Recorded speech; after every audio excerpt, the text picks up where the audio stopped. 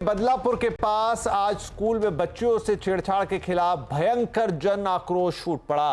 School और station के पास आज सुबह से जन सैलाब उमड़ा हुआ है। विरोध प्रदर्शन और उग्र हो रहे हैं। स्टेशन पर प्रदर्शनकारियों ने पुलिस की टीम पर पथराव तक कर दिया, जिसके बाद पुलिस ने हालात पर काबू पाने के लिए आंसू गैस के गोले छोड़े और साथ में हवाई फायर भी करने पड़े। वहीं अब तक घटना पर सीएम एकनाथ शिंदे ने पुलिस को स्कूल प्रबंधन पर कार्रवाई के निर्देश दिए हैं। बदलापुर में लोकल ट्रेनों की सर्विस बंद भी करनी पड़ी है, जो अब तक प्रभावित है। दरअसल बदलापुर के एक जाने माने स्कूल में 2 छोटी बच्चियों के साथ यौन उत्पीड़न का मामला सामने आया है। स्कूल के सफाई कर्मी पर बाथरूम में 2 बच्चियों के साथ यौन उत्पीड़न करने का आरोप है। पुलिस ने आरोपी को गिरफ्तार भी कर लिया है। स्कूल ने भी सफाई कर्मी को निलंबित कर दिया है और स्कूल को 5 दिनों के लिए बंद भी कर दिया गया है। चलिए, हमारे संवाददाता विवेक गुप्ता वहां मौजूद है बदलापुर में और सुबह से इस पूरी स्थिति पर नजर बनाए हुए हैं। विवेक, अब शाम हो चली है, क्या अभी भी जन आक्रोश वैसा का वैसा ही है? क्या अपडेट है वहां से? बिल्कुल विपिन, आपने सही कहा कि जन आक्रोश वैसा का वैसा ही है। सेंट्रल रेलवे रूट 6 घंटे, आप अंदाजा लगाइए कि मुंबई जैसे शहर में जहां पर लाइफलाइन लोकल ट्रेन होती है उस रूट 6 घंटे तक पूरी तरह बंद है। ये देखिए किस तरीके से जो पब्लिक है वो ट्रैक पर मौजूद है और लोकल ट्रेन को चलने नहीं दे रही है। दूसरी तरफ देखिए भीड़ है, वो हुजूम, लोगों का हुजूम है। उनका साफ तौर पर कहना है कि जो आरोपी है उसके खिलाफ सख्त से सख्त कार्रवाई होनी चाहिए और आज होनी चाहिए।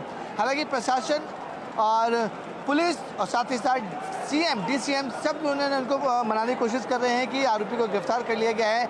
रेलवे ट्रैक को खाली कर दिया जाए ताकि जो लोग दफ्तर से घर या फिर दूसरे काम के लिए जा रहे हैं वो ट्रैक शुरू हो सके। आपको बताना चाहेंगे कि लॉन्ग डिस्टेंस ट्रेनें भी हर एक जगह इधर जगह खड़ी हैं, जिसमें से वंदे मातरम है और बहुत सारा ये जो लॉन्ग डिस्टेंस ट्रेन है वो भी इधर उधर खड़ी हुई हैं। ये रूट काफ़ी ज़्यादा इंपॉर्टेंट है जो मुंबई महाराष्ट्र को बिहार, यूपी और वेस्ट बंगाल से जोड़ता है। तो अंदाजा लगाइए 6 घंटे तक ये पूरा सेंट्रल रेलवे रूट ठप पड़ा हुआ है, बंद पड़ा हुआ है। उसकी वजह है कि जो 3 साल की मासूम बच्ची के साथ जो मॉलेस्टेशन हुआ है बदलापुर में, उसको लेकर लोग काफ़ी ज़्यादा नाराज़ हैं, काफ़ी ज़्यादा आक्रोश है लोगों में। उनका साफ तौर पर कहना है कि सरकार की बातें नहीं मानेंगे, पुलिस की बातें नहीं मानेंगे, आरोपी को जल्द से जल्द यहाँ पे लाया जाए और वो जन इंसाफ करेंगे। इसलिए देखिए लोगों की जो भीड़ है, अभी कुछ देर पहले यहाँ पे गिरीश महाजन भी आए थे, महाराष्ट्र के मंत्री हैं, मनाने की कोशिश की लेकिन नहीं माने और पब्लिक यहाँ से हटी नहीं। पुलिस जो है वो पूरी तरह से बंदोबस्त में है। बड़ी तादाद में, अगर मैं आपको विजुअल्स दिखाना चाहूँगा कि बड़ी तादाद में यहाँ पर थाने पुलिस, जीआरपी पुलिस मौजूद है ताकि कोई भी लॉ एंड ऑर्डर सिचुएशन खराब ना हो। अगर जबरन तरीके से अगर लोगों को हटाने की कोशिश भी की जाए, रूट खोलने की भी कोशिश की जाए, तो पर्याप्त यहाँ पर पुलिस फोर्स, यहाँ पर आरपीएफ के, जीआरपी के और थाने पुलिस के लोग यहाँ पर मौजूद हैं। क्योंकि विपिन देखिए 6 घंटे से ज़्यादा समय हो चुका है। अब ये पीक आवर्स है जब लोग दफ्तर से छूटकर अपने घर की तरफ आते हैं। अब आप अंदाजा लगाइए कि मुंबई जैसे शहर में जिसमें 80 लाख लोग लोकल ट्रेन से सफ़र करते हैं, अगर उनको आने जाने में अगर तकलीफ होगी तो अंदाज़ा जो है वो सिर्फ जो स्थिति बदलापुर की नहीं बिगड़ी है बल्कि पूरे मुंबई के जो सेंट्रल रूट है वो पूरी तरह से चरमरा जाएगा। खासकर हम सीएसटी की बात करें, दादर रेलवे स्टेशन की बात करें, भायखला रेलवे स्टेशन की बात करें, पूरी तरह से सिस्टम जो है वो डिस्टर्ब हो जाएगा। इसलिए प्रशासन और पुलिस की पूरी कोशिश है कि उनको मनाया जाए और वो किसी से हटाया जाए, क्योंकि जो मामला है वो काफ़ी ज़्यादा सेंसिटिव है। 3 साल की मासूम बच्ची के साथ स्कूल में मॉलेस्टेशन हुआ है और ये मॉलेस्टेशन और किसी ने नहीं बल्कि स्कूल के सफाई कर्मचारी ने किया है। हालांकि पुलिस ने इस पूरे मामले में आरोपी को गिरफ्तार भी कर लिया है। पॉक्सो एक्ट के तहत गिरफ्तार किया गया। स्ट्रिंग एक्ट है जिसमें जल्दी बेल नहीं मिलती है और सज़ा कड़ी से कड़ी होगी। ये भी सरकार ने कहा है कि 3 महीने के अंदर फास्ट ट्रैक में इस पूरे मामले को चलाया जाएगा और ज़्यादा से ज़्यादा कड़ी से कड़ी सज़ा आरोपी को दी जाएगी। लेकिन जो लोग हैं वो गुस्से में काफ़ी ज़्यादा है, आक्रोश काफ़ी ज़्यादा है। यही वजह है, मैं अगर तस्वीर आपको फिर से दिखाना चाहूँगा कि बड़ी मात्रा में पुलिस फोर्स यहाँ पे तैनात है और इसलिए क्योंकि वो कन्विंस करने की कोशिश कर रहे हैं, लोगों को मनाने की कोशिश कर रहे हैं। जो लोग रेलवे ट्रैक पर मौजूद हैं उन्हें समझाया जाए, उनको कन्विंस किया जाए कि रेलवे ट्रैक से हट जाएं ताकि रेलवे जो सेंट्रल रूट जो पिछले 6 घंटे से ठप पड़ी हुई है उसे सुचारू रूप से ठीक किया जा सके, सुचारू रूप से रन किया जा सके। लॉन्ग डिस्टेंस ट्रेन जो इस ट्रैक से गुजरती है वो भी पूरी तरह से बंद हैं। जो यूपी, बिहार, वेस्ट बंगाल से आती हैं और मुंबई से जो यूपी, बिहार, वेस्ट बंगाल की जा रही है वो पूरा रूट ठप है। लोकल ट्रेनें जो हर 3 मिनट में लोकल ट्रेन चलती है मुंबई में, तो आप अंदाजा लगाइए विपिन की पिछले 6 घंटे से इस रूट पर कोई भी ट्रेनें, लोकल ट्रेनें नहीं चली हैं। रूट को डाइवर्ट किया गया है पनवेल और थाने होते हुए, लेकिन ये मेन रूट है, इसलिए इसमें सरकार इन्वॉल्व है, रेलवे इन्वॉल्व है। पूरी कोशिश की जा रही है लोगों को समझाने सुझाने की कि लोग उनकी सारी बातें मानी जाएंगी। आरोपी को गिरफ्तार कर लिया गया है और सरकार ने ये बोला है, एकनाथ शिंदे जो महाराष्ट्र के सीएम हैं, देवेंद्र फडणवीस महाराष्ट्र के डिप्टी सीएम हैं, उनका साफ तौर पर कहना है कि आरोपी को सख्त सख्त सजा दी जाएगी। फास्ट ट्रैक कोर्ट में मामला चलाया जाएगा। 3 महीने में इस पूरे मामले में फैसला आएगा, लेकिन जो लोग हैं वो सुनने को तैयार नहीं है। उनका साफ तौर पर कहना है कि उनकी बच्चियां अगर स्कूल में सुरक्षित नहीं है तो और कहाँ ज़्यादा सुरक्षित रहेंगी। तो अपनी बच्चियों की सुरक्षित रहने के लिए, उनकी सिक्योरिटी के लिए ये पूरा प्रोटेस्ट चल रहा है। पुलिस, जिसे मैंने आपको बताया, एक बार मैं फिर से दिखाना चाहूँगा कि पुलिस का बंदोबस्त यहाँ पे बहुत ज़्यादा है। आरपीएफ जी विवेक, तो ये हम देख सकते हैं कि क्या स्थिति है इस वक्त बदलापुर रेलवे स्टेशन की। आपने दोनों तस्वीरें हमें दिखाई। जनता का जो आक्रोश है, प्लेटफॉर्म्स के दोनों तरफ लोग हैं, पटरियों पर लोग हैं, और ये आम जनता, ये कोई ऐसे लोग नहीं है जिन्हें आप मोबिलाइज करके कहीं से ले आएं और उपद्रव खड़ा करें। ये वो जनता है जिनके बच्चे स्कूलों में पढ़ते होंगे। और क्योंकि इस समय कोलकाता वाला मामला देश के जनमानस पे इस तरीके से छाया है, वो भी एक बहुत बहुत गंभीर और संगीन मामला है।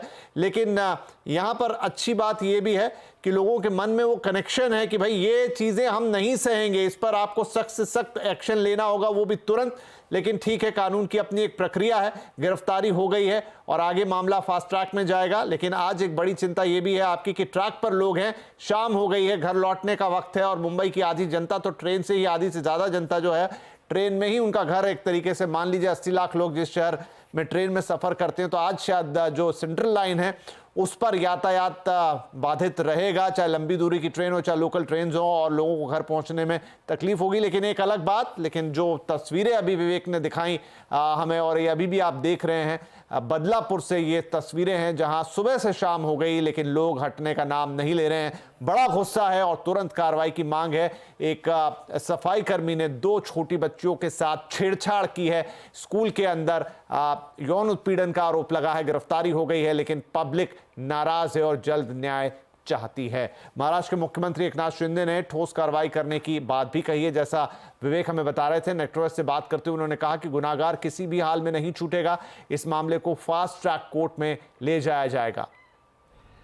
अभी मैंने पहले ही पुलिस कमिश्नर को कहा है कि इसके ऊपर हार्ड एक्शन लेना जरूरी है। गुनाहगार है, उसे कोई भी स्पेयर नहीं करना है। वो फास्ट ट्रैक पर केस लेने को मैंने कहा है।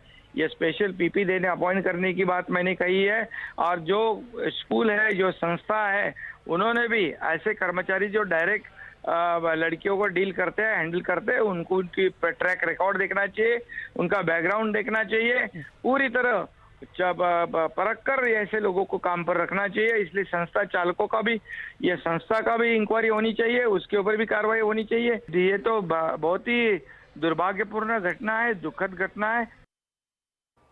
महाराष्ट्र के उप मुख्यमंत्री देवेंद्र फडणवीस ने भी कहा कि घटना गंभीर है और दुखद है। राज्य ने एसआईटी से जांच के आदेश दे दिए हैं। बदलापुर की घटना हुई है वो बहुत ही गंभीर है। वहां पर जिस प्रकार से 2 बच्चियों के साथ वहां के एक सफाई कर्मी ने एक प्रकार से कुकर्म करने का प्रयास किया या कुकर्म किया है, ये बहुत ही गंभीर इस प्रकार की बात है और हम इसकी बहुत ज़्यादा निंदा करते हैं। और राज्य सरकार ने इस मामले में एक एसआईटी का निर्माण किया है। आईजी लेवल की महिला अधिकारी को एसआईटी का प्रमुख बनाया गया है। हमारा यह प्रयास है कि इस मामले की तुरंत जांच होकर और चार्जशीट भी जाए और फास्ट ट्रैक कोर्ट में इसको हम चलाने की कोशिश करेंगे ताकि जो पीड़िता है उनको एक प्रकार से उसमें न्याय मिल पाए। इस प्रकार का हमारा प्रयास होगा। इस मामले में उद्धव ठाकरे ने कहा है कि महिला पर अत्याचार करने वाला अपराधी जिस तरह जिम्मेदार होता है उसी तरह उसे दंड दिलाने की जिम्मेदारी लेने वाला भी कोई होना चाहिए। ऐसा करने से ही इस तरह की घटनाओं को रोका जा सकता है। एखाद्या महिलेवरती अत्याचार करणारे गुन्हेगार हे त्या घटनेसाठी जबाबदार असतात, तसंच त्याचा न्याय निवाडा करून त्याच्यावरती शिक्षेची अंमलबजावणी करायला दिलं काही करणारे सुद्धा जबाबदार धरले पाहिजेत। हे जर का झालं तर आणि तरच अशा गोष्टीला आळा बसेल. फक्त मी एवढंच म्हणेन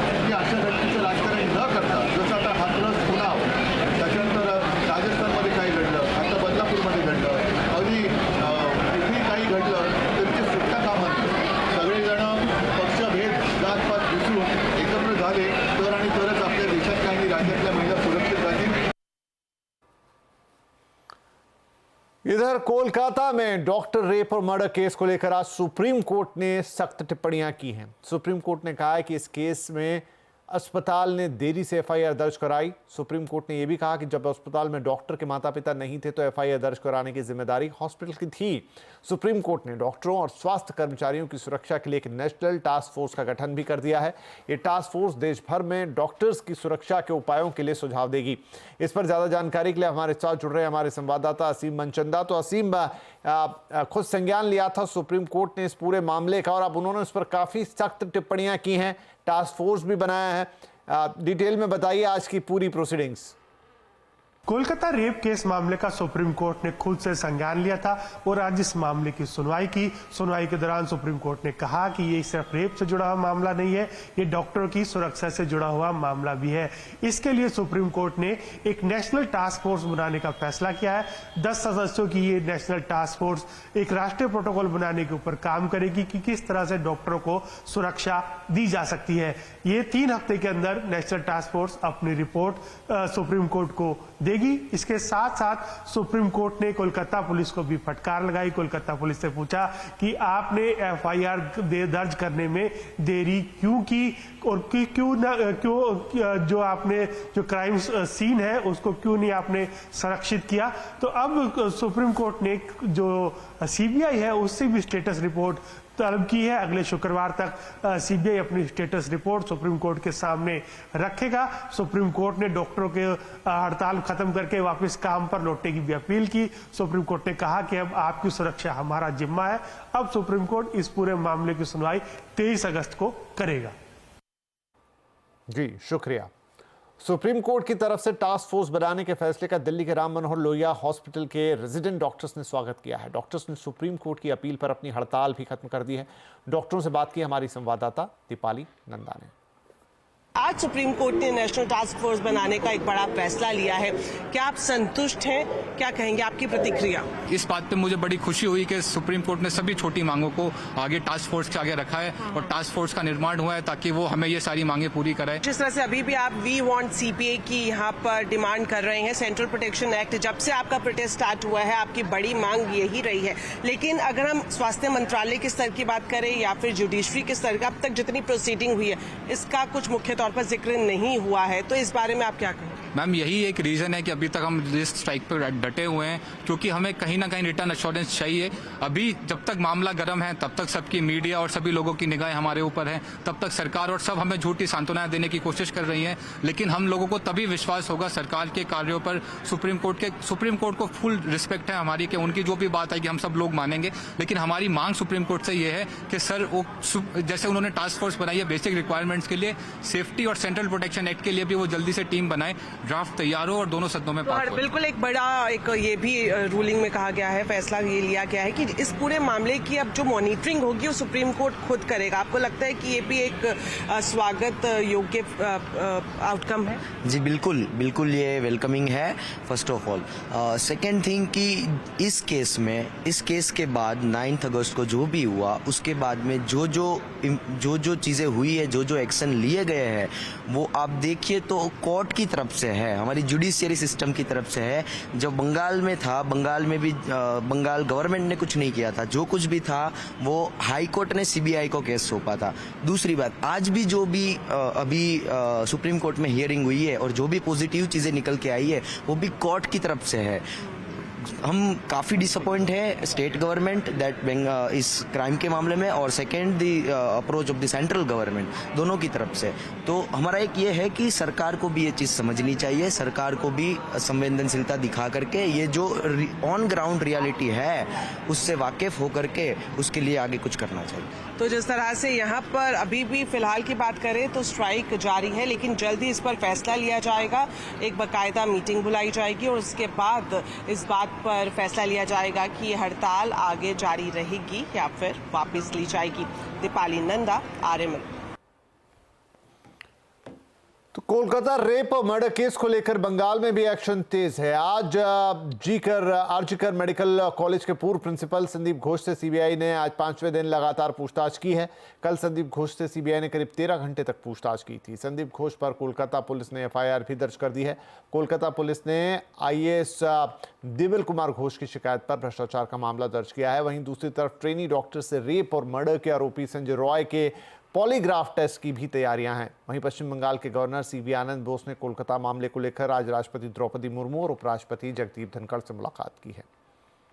तो डॉक्टरों की सुरक्षा का मामला कितना बड़ा है और कोलकाता मर्डर केस में कहां चूक हुई है, आज आवाज अड्डा में इसी पर होगी बड़ी बहस, बड़ा मुद्दा है। जरूर जुड़िएगा हमारे साथ 7:57 पर। आज का आवाज अड्डा, डॉक्टरों की सुरक्षा, मुद्दा बड़ा है।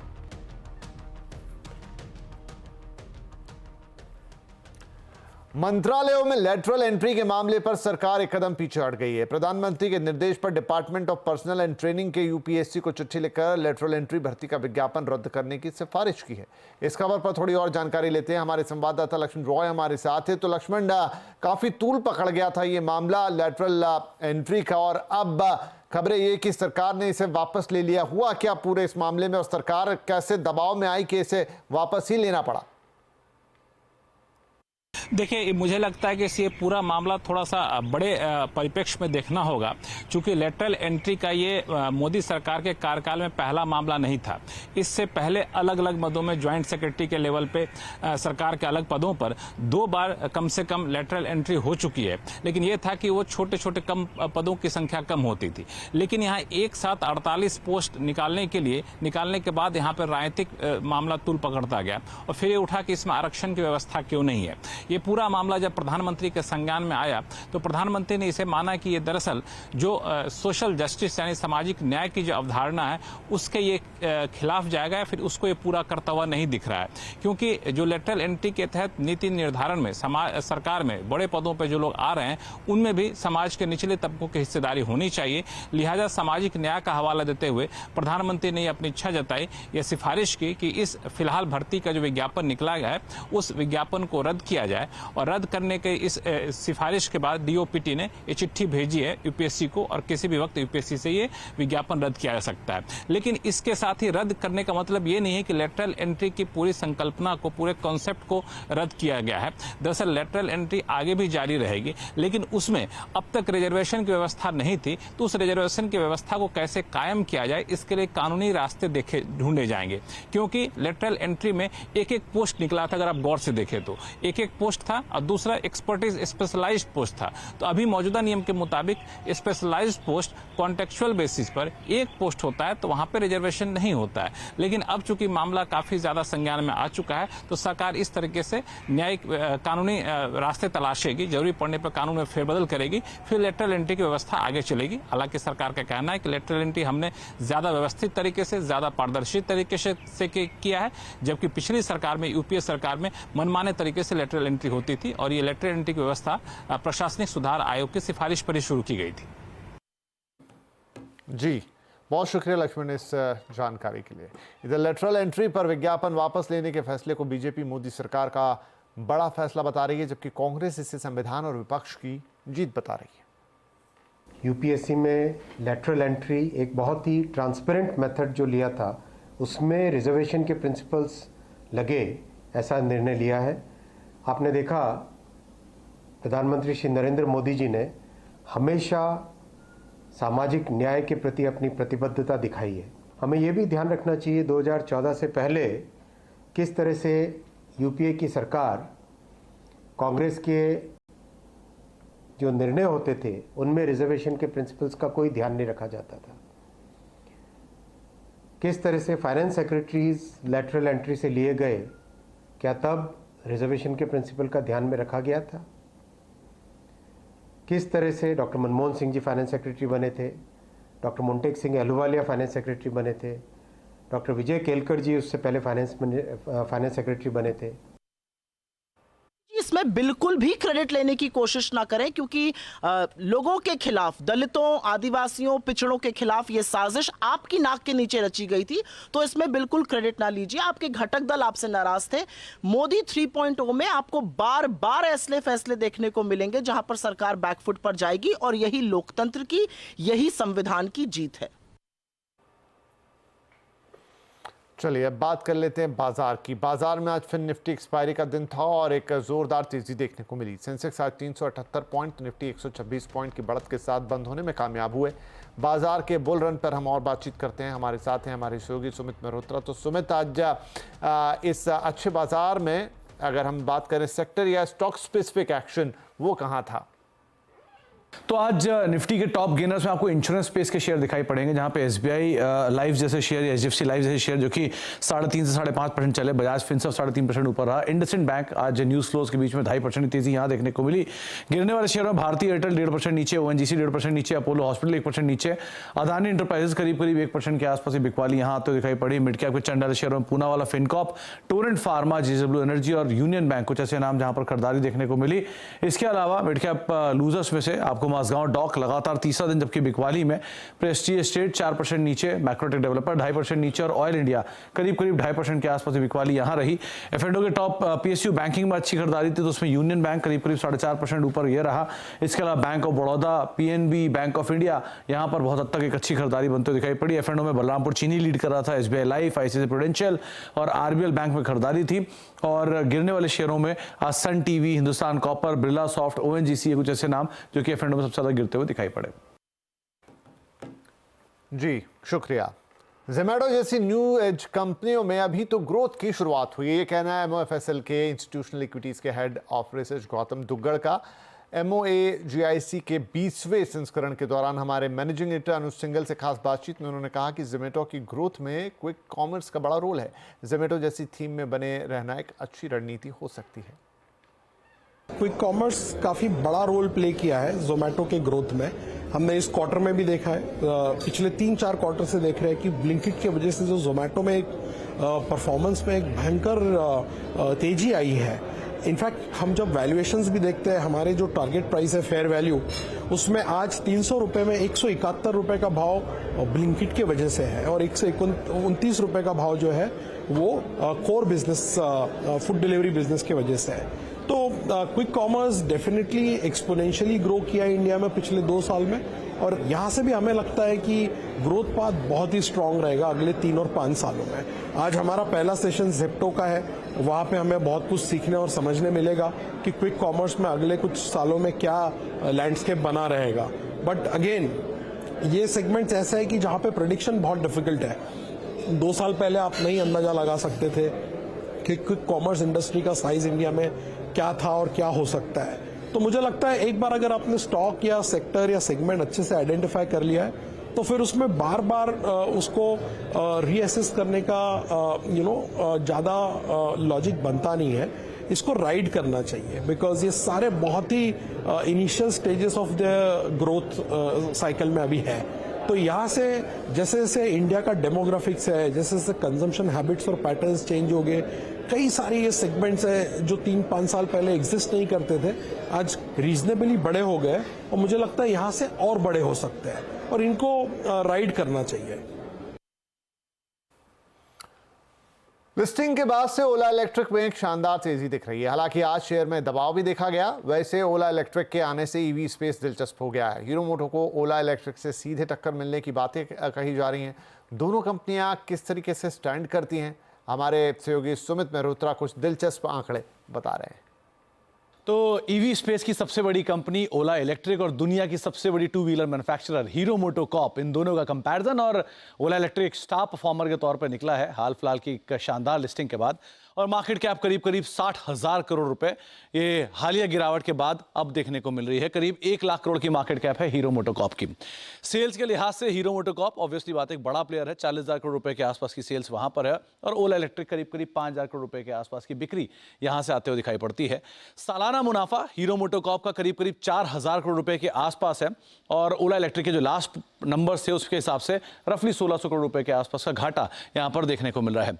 17,000 करोड़ रुपए की एक बड़ी नकदी इस कंपनी के पास है कैश रिजर्व्स के तौर पे, क्योंकि ऑलरेडी कैश रिच कंपनियों में सबसे बड़ा नाम अगर आता है तो हीरो मोटोकॉर्प का आता है टू व्हीलर स्पेस में। 2900 करोड़ रुपए के आसपास के नेगेटिव कैश फ्लोज यहां पर, नेगेटिव कैश की स्थिति यहां पर है। इसके अलावा कैश फ्लो के लिहाज से 5,000 करोड़ रुपए के आसपास का annual cash flow generation hero MotoCorp की तरफ से होता है। ऑपरेटिंग नेगेटिव कैश फ्लो ओला इलेक्ट्रिक की तरफ से है। तो ये फाइनेंशियल नंबर्स के तौर पे सिचुएशन है। डेट के लिहाज से हीरो मोटोकॉर्प पर भी डेट है, लेकिन बहुत नेग्लिजिबल डेट है। 17,000 करोड़ रुपए कैश के सामने 600 करोड़ रुपए के आसपास का डेट, और सामने डेट की स्थिति ओला पर करीब 5600 करोड़ रुपए के आसपास का है। इंटरेस्टिंग पार्ट ये भी है कि ये बड़ा केपेक्स कर रहे हैं तो डेट होना लाजमी भी है, लेकिन साथ साथ जो डेट का नंबर है वो आपकी स्क्रीन पर है। मार्केट शेयर जिसको बाजार सबसे ज्यादा रीड कर रहा है, ओला इलेक्ट्रिक एक डोमिनेंट पोजीशन रखता है ईवी मार्केट स्पेस में। 44% का मार्केट शेयर ये कमांड करते हैं। टीवीएस मोटर 17.5% के आसपास का मार्केट शेयर, बजाज ऑटो 13% का मार्केट शेयर, एथर एनर्जी 10% का मार्केट शेयर है। इसमें भी हीरो मोटोकॉर्प की करीब 2.2% के आसपास की हिस्सेदारी है, तो इसको भी आप ध्यान रखिएगा। हीरो मोटोकॉर्प करीब 2.68% के हिसाब से इनकी भी मार्केट शेयर यहां पर है ईवी स्पेस में। प्लस ग्रीव्स कॉटन और अदर कंपनीज का जो मार्केट शेयर है वो 13% के आसपास है। तो यहां पर एक डोमिनेंट पोजीशन ओला की है, और हीरो मोटोकॉर्प यहां पर फिलहाल 2.5% या एथर की वजह से 3 से 4% के आसपास का मार्केट शेयर कमांड करते हैं। लेकिन लो बेस के सामने जो ग्रोथ आई है वो बहुत स्ट्रांग आई है। आप पिछले साल के पहली छमाही के नंबर्स को इस साल के पहली छमाही के नंबर से कंपेयर कर रहे हैं, तो हीरो मोटोकॉर्प में करीब 550% की ग्रोथ आई है ईवी स्पेस में। ऑब्वियसली बात है कि एक लो बेस का बड़ा बेनिफिट भी इनको यहां पे मिला है। ग्रीव्स कॉटन जिसका भी मार्केट शेयर छोटा है, यहां पर भी करीब 550% के आसपास की ग्रोथ आई है। वॉर्ड विजार्ड करीब 250% के आसपास की ग्रोथ यहां पर भी आते हुए दिखाई पड़ी है। बजाज ऑटो 192% की ग्रोथ आई, और ओला इलेक्ट्रिक में भी करीब 80% की ग्रोथ देखने को मिली है। तो यहां पे ग्रोथ प्लस मार्केट शेयर को मार्केट रीड कर रहा है ओला इलेक्ट्रिक के केस में। और हीरो मोटोकॉर्प क्योंकि आइस इंजन में इतनी ज्यादा ग्रोथ अभी तक देखी नहीं गई है, लेकिन वहां पर अभी बाजार को शायद पसंद नहीं आ रहा वो नंबर, अभी तक इतना फीका साइड पे परफॉर्मेंस है। लेकिन कुछ कंपैरिजन ओला इलेक्ट्रिक और हीरो मोटोकॉर्प का आपके सामने है। जी सुमित, बहुत शुक्रिया इस इंटरेस्टिंग कंपैरिजन के लिए। आई थिंक दर्शकों को भी काफी पसंद आया होगा। चलिए एक छोटा ब्रेक लेते हैं, लेकिन ब्रेक के बाद कुछ बड़ी खबरें।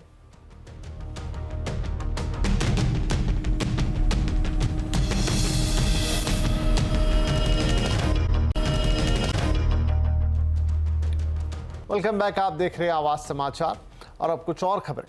प्रधानमंत्री नरेंद्र मोदी ने आज मलेशिया के प्रधानमंत्री अनवर बिन इब्राहिम से मुलाकात की, और दोनों ने हैदराबाद हाउस में द्विपक्षीय वार्ता की। दोनों नेताओं ने बीच दोनों देशों के आपसी संबंध, व्यापार और क्षेत्रीय सहयोग के मुद्दों पर बातचीत हुई है। मलेशिया के प्रधानमंत्री अनवर बिन इब्राहिम ने कहा कि भारत और मलेशिया की कंपनियां एनर्जी ट्रांजिशन, डिजिटाइजेशन और फूड सिक्योरिटी के क्षेत्र में मिलकर काम करेंगी। दोनों देशों को सेमीकंडक्टर के क्षेत्र में अपने अनुभव और जानकारी का इस्तेमाल करना चाहिए। वहीं प्रधानमंत्री मोदी ने भारत और मलेशिया के बीच मुक्त व्यापार समझौते की समयबद्ध तरीके से समीक्षा करने की बात कही। भारत और मलेशिया के बीच कॉम्प्रिहेंसिव इकोनॉमिक कोऑपरेशन एग्रीमेंट के रिव्यू में गति लाने पर बल दिया है। डिजिटल टेक्नोलॉजी में सहयोग के लिए डिजिटल काउंसिल की स्थापना करने का और स्टार्टअप अलायंस बनाने का निर्णय लिया है। भारत के यूपीआई और मलेशिया के पे नेट को जोड़ने के लिए भी काम किया जाएगा। WHO ने मंकी पॉक्स को हेल्थ इमरजेंसी बताया है। भारत में भी सरकार ने निगरानी बढ़ा दी है। तो कितना बड़ा खतरा है मंकी पॉक्स, जानने के लिए आज जरूर देखिए हमारा कंज्यूमर अड्डा 5:57 पर। मंकी पॉक्स कितना खतरा।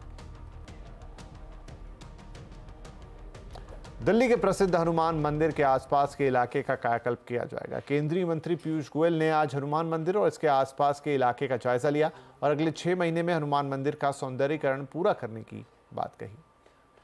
मुझे बड़ी खुशी है, मंदिर के पुजारी हो, यहाँ के दुकानदार हो, सभी ने हमें आश्वस्त किया है कि उनका भी पूरा सहयोग मिलेगा। किसी को भी किसी के भी एस्टैब्लिशमेंट को बिना कोई तकलीफ पहुंचे, सभी के लिए व्यवस्थाएं, जो लोग यहाँ आते हैं, जो लोग यहाँ काम करते हैं, जो हमारी बहनें यहाँ मेहंदी लगाती हैं, सभी को जू का तो उनको अपना काम करने मिले, और साथ ही साथ प्रांगण सुंदर हो, सबको अच्छी समय सीमा क्या रखी गई है इस पूरे ब्यूटिफिकेशन 6 महीने में पूरा करेंगे, लेकिन समय समय पे ये इसका प्रभाव श्रद्धालुओं को महसूस होता रहेगा। पार्किंग की व्यवस्था यहाँ पे पर्याप्त जगह नहीं है, लोग ज़्यादा आते हैं। शायद दूर लेके जाके गाड़ियों को अगर कोई इलेक्ट्रिक ऑटो या किससे हम ला सके, उस पर भी हम विचार कर रहे हैं। अब सरकार के साथ चर्चा करेंगे। तो आवाज समाचार के इस एडिशन में फिलहाल इतना ही, लेकिन CNBC आवाज पर आपके लिए कार्यक्रमों का सिलसिला लगातार जारी है और आप ताज़ा खबरें देख सकते हैं हमारे सोशल मीडिया प्लेटफॉर्म्स पर बस एक क्लिक पर, जहां एक से बढ़कर एक रोचक और इंपॉर्टेंट खबरें आपको मिल जाएंगी। नमस्कार।